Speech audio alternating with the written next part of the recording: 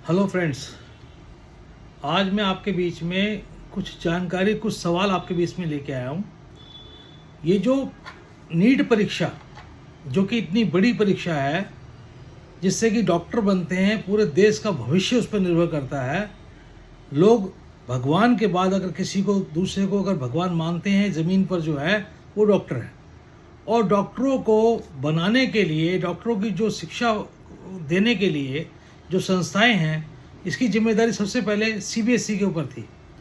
CBSE बहुत लंबे समय से इस पर कार्य कर रही है और इसको संभाल रही है। कोई पेपर लीक नहीं हुआ। लेकिन ऐसा क्या हो जाता है कि अचानक 2015 में सीबीएसई का एक पेपर लीक होता है। सीबीएसई का जब पेपर लीक होता है तो एक बार पेपर लीक होने से दूसरी एक संस्था आ जाती है, जो संस्था एनटीए के नाम से जानी जाती है, जो नेशनल टेस्टिंग एजेंसी, जो एक संस्था कोई सिर्फ एक रजिस्टर्ड एक सोसाइटी के रूप में है। वो उसका कोई विश्वसनीय, अगर देखा जाए उसका विश्वास कितना हो सकता है, क्या उसको तजुर्बा है इन सब चीज़ों का, और इतनी बड़ी परीक्षा का बोझ उसके ऊपर डाल दिया जाता है। जबकि सीबीएसई बहुत लंबे समय से 1988 से लेकर उसके बाद से अपना वो काम कर रही थी। कोई परीक्षा लीक नहीं होती, कुछ भी लीक नहीं होता। लेकिन अगर 2015 में पहली बार जो पेपर जो था, जिसको AIPMT के नाम से जाना जाता है, all India pre medical test के नाम से जाना जाता था 2015 तक, उसको कंडक्ट कराने का काम सीबीएसई करती थी।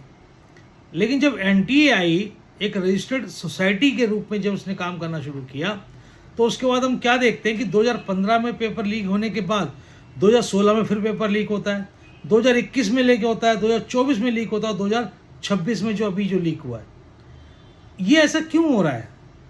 इसके पीछे बहुत समझ में नहीं आता कि भाई क्या हम लोगों को या फिर हमारी सरकार को क्या चाहिए नहीं था कि उसमें जो सीबीएसई, जो विश्वसनीय पहले से एक संस्था बनी हुई है, एक ऑटोनोमस बॉडी है, स्वायत्त एक निकाय था, उसको ही मजबूत किया जाता। एनटीए की ज़रूरत क्यों थी? समझ में नहीं है ये बात। एनटीए बनाई गई, एनटीए ने अपने कार्यों को किया, लेकिन वो पूरी तरह से उसने आउटसोर्सिंग को लिया। देखो दोनों में फ़र्क क्या था। सीबीएसई जो है, जब भी पेपर जो है, एग्ज़ाम जो कंडक्ट कराती थी, वो सारे सरकारी स्कूलों के अंदर कराए जाते थे। और सारे सरकारी स्कूलों के जो अध्यापक थे, टीचर्स थे, वो उसके अंदर सारे इन्विजिलेटर हुआ करते थे। सब लोग एग्ज़ाम लेने वाले वहाँ पर वो हुआ करते थे। अब क्या हो रहा है? अब जितनी भी जो टेस्ट जो कंडक्ट कराए जा रहे हैं, वो सब आउटसोर्सिंग से हो रहे हैं। प्राइवेट एजेंसियां सब कुछ ये सारे काम कर रही हैं। पेपर लाने का जो काम जो किया जा रहा है, वो सारे के सारे जितने भी जो हमारे पास दूसरी संस्थाएं हैं, जैसे कोरियर का जो काम जो करते हैं, वो सारे के सारे इस काम को कर रही हैं।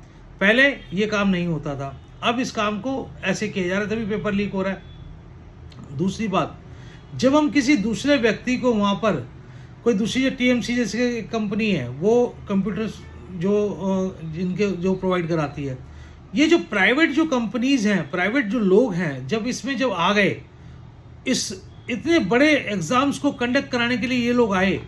अब इन लोगों ने अपने ढंग से चीज़ों को मैनिपुलेट करना शुरू किया, क्योंकि इनके मन में भय नहीं था, डर नहीं था। भय डर किसके पास था? जो सरकार से बंधी हुई पहले से सीबीएसई जो थी, पहले से वो बंधी हुई थी, उसके अंदर डर था, भय था। उसके जो टीचर्स थे, उनके अंदर भय था, डर था कि उनकी नौकरी ना चली जाए। इन लोगों को क्या फ़र्क पड़ता है? लोगों के जीवन से खेलना, बच्चों के जीवन से खेलना, उनके भविष्य से खेलना, ये काम हुआ इस समय।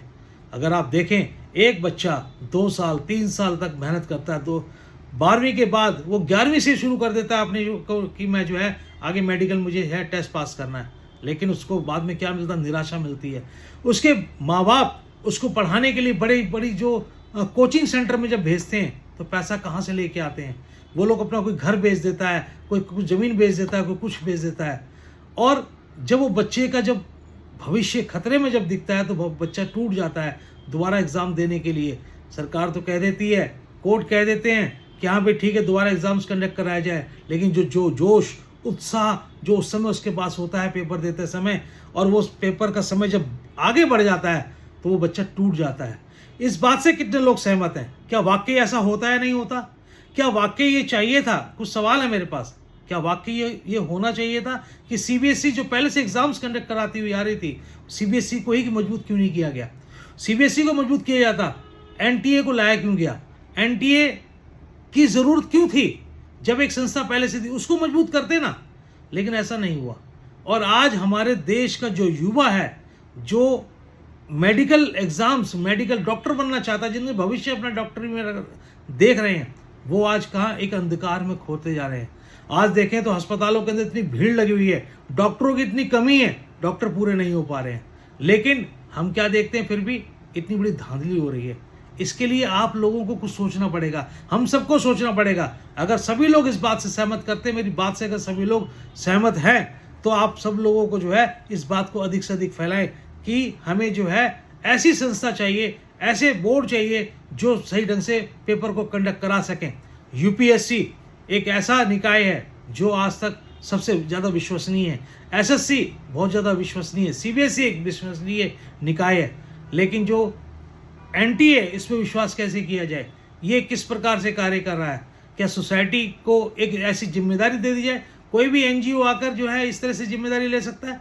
क्या इस सरकार को चाहिए कि वो क्या एक सोसाइटी के ऊपर, एक एनजीओ पर भरोसा कर सकते हैं हम कि वो लोगों के भविष्य से इस तरह से जो सेंध लग रही है, आउटसोर्सिंग, प्राइवेट लोगों को जो लाया जा रहा है, सरकार को सरकारी माध्यम से जो सोर्सेज हैं उनके पास, उसी के अंदर रहते हुए अगर इसको कराएं, तो मुझे ये लगता है कि हमारे युवाओं का भविष्य बिल्कुल सुरक्षित होगा। और सभी लोग अगर इस बात से सहमत हैं तो इस वीडियो से अधिक लोगों तक पहुंचाने की कोशिश करें।